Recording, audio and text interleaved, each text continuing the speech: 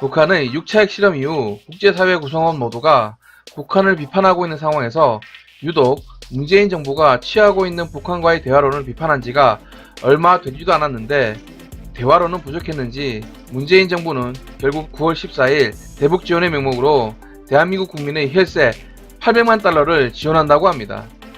문재인 정부가 대화론을 들고 나올 때 제가 그렇게 세금 쓰지 말고 대화로만 북핵 폐기시켜달라고 진짜 안보를 실현시켜달라고 호소를 했지만 역시나 헛수고였습니다.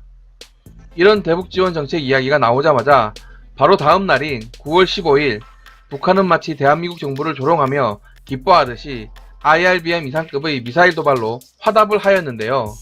정말 문재인 정부는 무슨 생각을 하고 있는지 모르겠습니다. 영상을 만드는 지금도 북한의 미사일 도발로 문재인 대통령은 또 NSC 소집을 해서 회의를 하고 계신다고 하는데요. 북한에 대해 강력 규탄한다는 성명 발표하시고 이후 대화론 카드를 꺼내시다가 대북 지원으로 넘어가는 그러한 상황이 그려지는 건 저뿐인가요?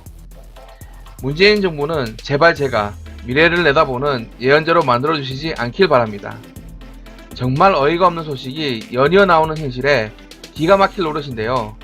정말 참을 수가 없습니다. 자, 그럼 오늘도 물어뜯어 봅시다.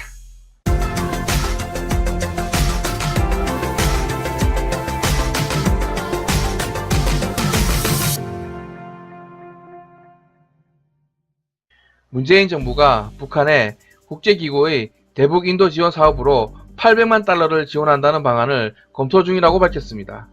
구체적으로는 유니세프, 세계식량계획 등 유엔 산하 국제기구의 요청에 따른 대북 지원 사업에 지원한다는 명목으로 세계식량계획의 아동, 임산부 영양 지원에 450만 달러, 유니세프의 아동, 임산부 백신과 의약품 지원에 350만 달러를 지원한다는 내용입니다.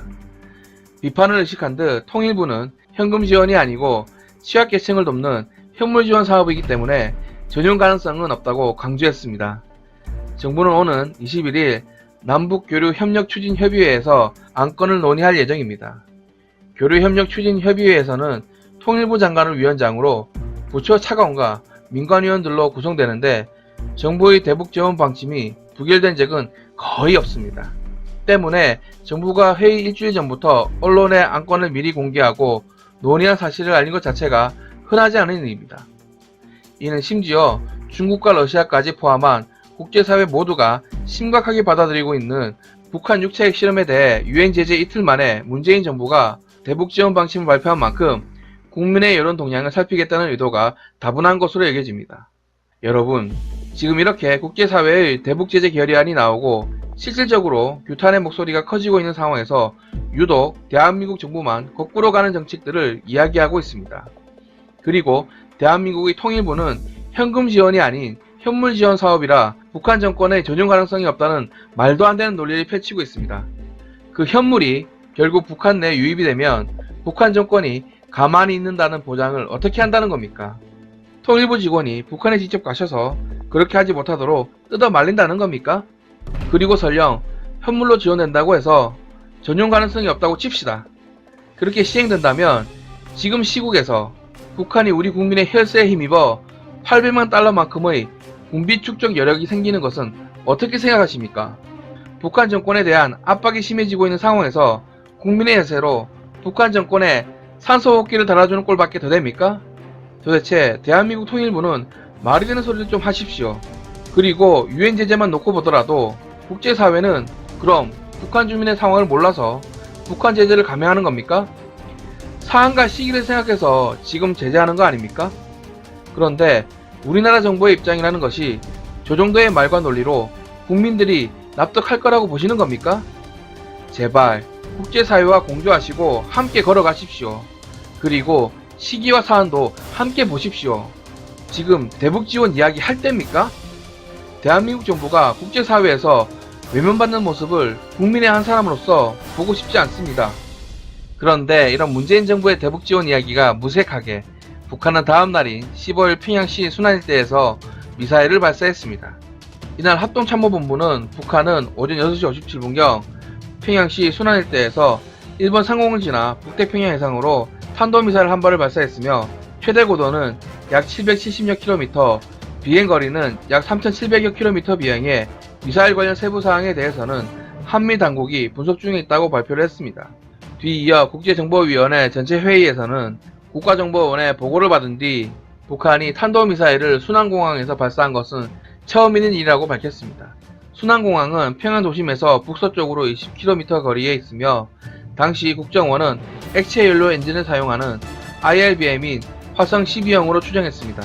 전문가들은 북한이 이번에 쏜 게 IRBM급 이상의 탄도미사일이라면 미국 본토를 타격할 수 있는 대륙간 탄도미사일 완성을 위해 대기권 재진입 등 핵심 기술을 시험하기 위한 것이라는 관측이 나오고 있습니다.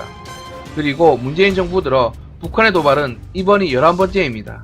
그런데 미사일 도발 이후 문재인 정부의 통일부 발표는 정말 제 눈을 의심케 합니다. 인도적 지원은 정치적 상황과 무관하게 지속한다고 합니다. 이게 정치적 상황입니까? 미사일 도발이 언제부터 정치적 상황이 된 겁니까? 정말 정부 발표에 화가 납니다. 이런 안보 실종 정보를 어떻게 받아들여야 할까요? 잘 모르면 저한테 차라리 배우십시오. 기꺼이 가르쳐 드리겠습니다.